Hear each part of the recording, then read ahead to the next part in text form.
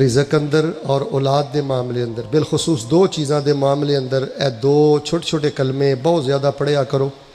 اگر کوشش ہوئے ممکن ہوئے تے فجر تو بعد 100 دفعہ تے عصر تو بعد 100 دفعہ جیڑا اے کلمہ نہ چھڈے۔